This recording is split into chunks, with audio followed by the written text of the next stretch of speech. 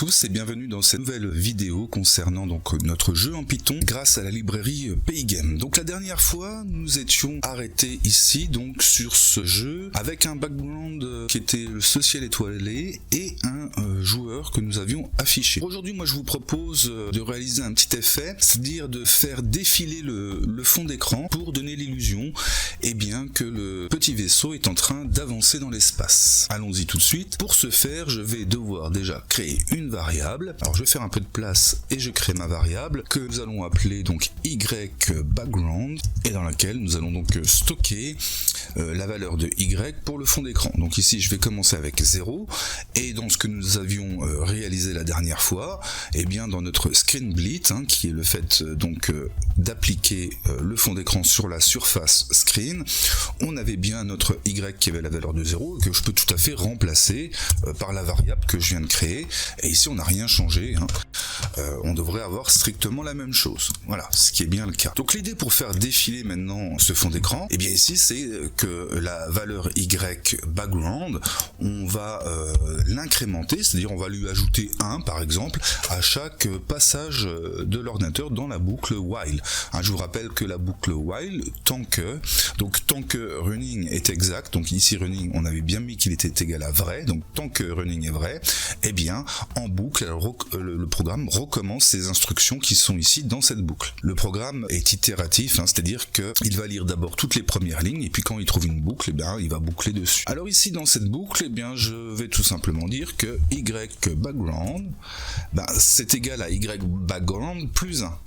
Alors il y a une méthode dans Python qui est un petit peu plus rapide, en écrivant plus égal, vous allez pouvoir incrémenter de 1 à chaque fois cette valeur de yBackground. On va voir tout de suite ce que ça va donner. Donc normalement on devrait avoir notre fond qui défile, mais ce n'est pas parfait puisqu'une fois qu'il a dépassé en fait la surface screen, l'image disparaît, ce qui est assez logique. On aurait pu faire un print de yBackground pour voir les valeurs, et les valeurs vont être supérieures à 600 et du coup l'image disparaît. Donc déjà la première idée pour qu'on ait vraiment des images qui défilent sous nos yeux, ça serait d'en placer une deuxième juste derrière la première et qui va donner donc cette illusion qu'on continue toujours avec notre fond qui défile. Alors c'est ce qu'on va faire tout de suite, on va refaire un screenBlit le même. Donc ici moi je vais faire un copier-coller. Et à la variable yBackground, on va pas les afficher l'une au-dessus de l'autre. Donc on va les décaler de la hauteur de l'image. Donc la hauteur de l'image fait 619, donc ici je vais mettre un moins 619. Et là on devrait voir donc, on devrait plus voir qu'une seule image, mais on devrait avoir l'enchaînement des deux. Et vous voyez que ça va être le cas. Par contre, une fois que la première image est passée, on a à nouveau le même problème. Alors ce que je vous propose, c'est de résoudre ce problème-là en créant une boucle. Donc on va créer cette fois une boucle qu'on appelle conditionnel, et pour faire du conditionnel, c'est comme en français, on utilise si, donc if. Donc si notre variable yBackground est inférieure à la hauteur de l'image, c'est-à-dire 619. Oui, on aurait pu rentrer une instruction qui récupère en fait la hauteur de l'image plutôt que de rentrer en dur 619. Si votre image elle fait pas 619, soit vous mettez la valeur en dur comme moi mais qui correspond à la hauteur de votre image, ou alors on pourrait éventuellement aller récupérer la hauteur de l'image puisqu'on l'a ici chargée, et donc on peut aller récupérer sa hauteur. Bon, ça on le fera à d'autres endroits dans le programme, pour que je vous montre un petit peu comment on peut réaliser ça. Donc là ici, si donc yBackground est inférieur à 619, dans ce cas il doit appliquer ce qu'on vient de lui dire. Alors pour qu'il les applique dans notre boucle, on doit être légèrement décalé par rapport au if, donc j'ai fait une tablature de manière à placer correctement les instructions, et sinon, donc else, plutôt alors, si notre yBackground est inférieur à 619, il faut appliquer ce qu'il y a derrière. J'ai oublié quelque chose de très important ici, c'est les deux petits points, autrement ça va pas fonctionner. Et pour le else, donc c'est la même chose. Si on est dans le cas de figure où yBackground est supérieur à 619, donc on a commencé à dépasser la limite de notre écran, là on va lui demander de remettre yBackground à 0. et d'afficher notre image de fond. Donc tout simplement je récupère ici par souci de fainéantise le code que je colle. Donc ici si on a dépassé les 619, ben tout simplement on va remettre YBackground à 0 et on va donc réafficher une seule image, puisque quand on est à 0 on n'a pas besoin de plus d'images. Allons-y, on va voir si ça fonctionne. Alors ça fonctionne, pour l'instant elles se sont bien enchaînées et elles s'enchaînent bien, donc là on a résolu notre problème, donc on a cet effet d'un avion qui avance dans l'espace. Alors simplement les deux images, les images ne s'enchaînent pas parfaitement, on voit une petite différence, ça c'est à vous de gérer votre image de background pour que vous puissiez les coller les unes aux autres sans que cela se voit.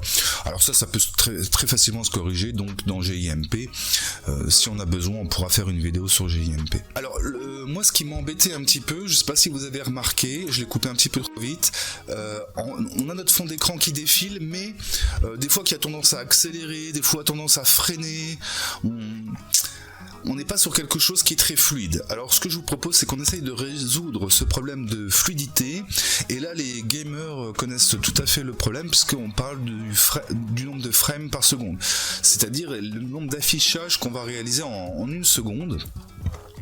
Et donc on va essayer de gérer un petit peu ce framerate. Alors pour gérer ça, on va avoir besoin de la notion de temps. Alors la notion de temps dans Pygame, elle peut être gérée, et on peut donc créer une variable qui s'appellera ici clock, et qui va être une instance donc d'un module de Pygame qui s'appelle Pygame. Oula. Donc Pygame.time, comme le temps. Clock avec une majuscule. Donc ici on est sur une classe, donc on crée une instance d'une horloge et avec les deux parenthèses qu'il ne faut pas oublier. Je vais commenter pour que ça on n'oublie pas ce qu'on a fait. Donc ici on a démarré une horloge. Voilà, comme ça avec un petit commentaire on se souviendra de ce que c'est. Donc une fois que ça c'est fait, on retourne dans notre boucle while. Ici avant notre flip, je vous propose donc de faire un peu de place et on va venir faire ce qu'on appelle donc un clic, c'est-à-dire clock.tick, et on va pouvoir afficher grâce à cet outil là combien de temps les frames qui sont affichés par seconde. Donc je vous propose de l'afficher pour qu'on voit à quoi cela correspond avec une fonction print. Et pour changer un petit peu par rapport à l'habitude, je vais vous présenter une autre façon de donner des paramètres à cette fonction print, qui sont des écritures formatées. Donc pour déclarer ça, on met un F. Ensuite, pour pouvoir écrire dans cette façon, alors dans ce format-là, on a aussi besoin donc des fameuses guillemets. Et dans les guillemets, on va pouvoir, par exemple, apporter le résultat d'une fonction. Mais comme c'est pas quelque chose qui est un texte à afficher, eh bien on le précise avec des crochets. Ici, voilà. Et là, donc, ça va être le résultat de la fonction qui mesure par Pygame le nombre de frames par seconde. Donc ici, cette fonction, elle s'appelle clock. Donc on utilise toujours, on passe par notre variable clock. .getFPS. Get_FPS. Et puis comme c'est une fonction, faut pas oublier de lui mettre les parenthèses. Donc là, elle va m'afficher la valeur numérique que donne cette fonction. Et puis, pourquoi pas, par souci de présentation, mettre un peu de texte. Donc ici, FPS pour frames par seconde. Vérifions voir un petit peu ce que cela donne. Donc là, il y a une petite erreur d'écriture. Ah oui, attention, j'ai mis FPS à l'intérieur des crochets. Non, les crochets, ça sert uniquement à mettre les résultats d'une fonction ou d'une variable.